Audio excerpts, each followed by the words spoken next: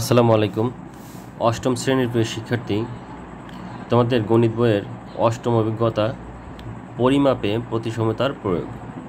এই অভিজ্ঞতার কোন কোন কাজের উপর তোমাদের শিক্ষণকালীন মূল্যায়ন বা ধারাবাহিক মূল্যায়ন সম্পন্ন হবে সে বিষয়ে এই ভিডিওতে কথা বলবো।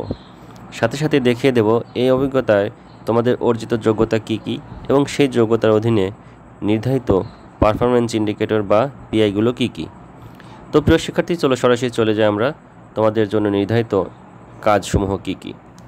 প্রিয় শিক্ষার্থী, এই অভিজ্ঞতায় তোমাদের যে কাজগুলো করতে হবে সেই কাজগুলো হলো 186 পৃষ্ঠায় একটি ছক রয়েছে, সেই কাজটি তোমাদেরকে করতে হবে। 186 পৃষ্ঠার যে ছক রয়েছে সেটি হলো 8.2। 186 পৃষ্ঠার একক কাজ 8.2 একটি ছক রয়েছে, এই ছকটি পূরণ করতে দেওয়া হবে এবং এখান থেকে তোমাদের ধারাবাহিক বা শিক্ষণকালীন মূল্যায়ন সম্পন্ন করা হবে। প্রিয় শিক্ষার্থী, এবং এখান থেকে যে কাজটি করতে দেওয়া হবে সেই কাজের উপর তোমাদের একটি পিআই চিহ্নিত করা হবে। সেই পিআইগুলো হচ্ছে 4 নং যোগ্যতার 3 নং পিআই। 4 নং যোগ্যতার 3 নং পিআইটি এই কাজের উপর নির্ধারণ করা হবে।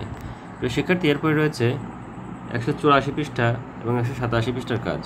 184 পৃষ্ঠা এবং 187 পৃষ্ঠার কাজ দুটির উপর তোমাদের এখানে একক কাজ রয়েছে, এই কাজগুলোর উপর তোমাদের মূল্যায়ন করা হবে এবং এখান থেকে তোমাদের 4-এর 4 নং পিআইটি চিহ্নিত করা হবে।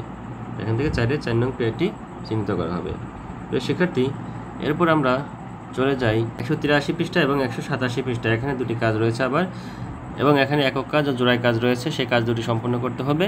সাথে সাথে তোমাদেরকে 187 পৃষ্ঠার 8.3 এই ছকটি পূরণ করতে হবে। এই কাজগুলোর উপর তোমাদের যে পিআইটি চিহ্নিত করা হবে সেটি হলো 6-এর 4 নং পিআই, অর্থাৎ 6 নং যোগ্যতা 4 নং পিআইটি চিহ্নিত করা হবে। আসসালামু আলাইকুম।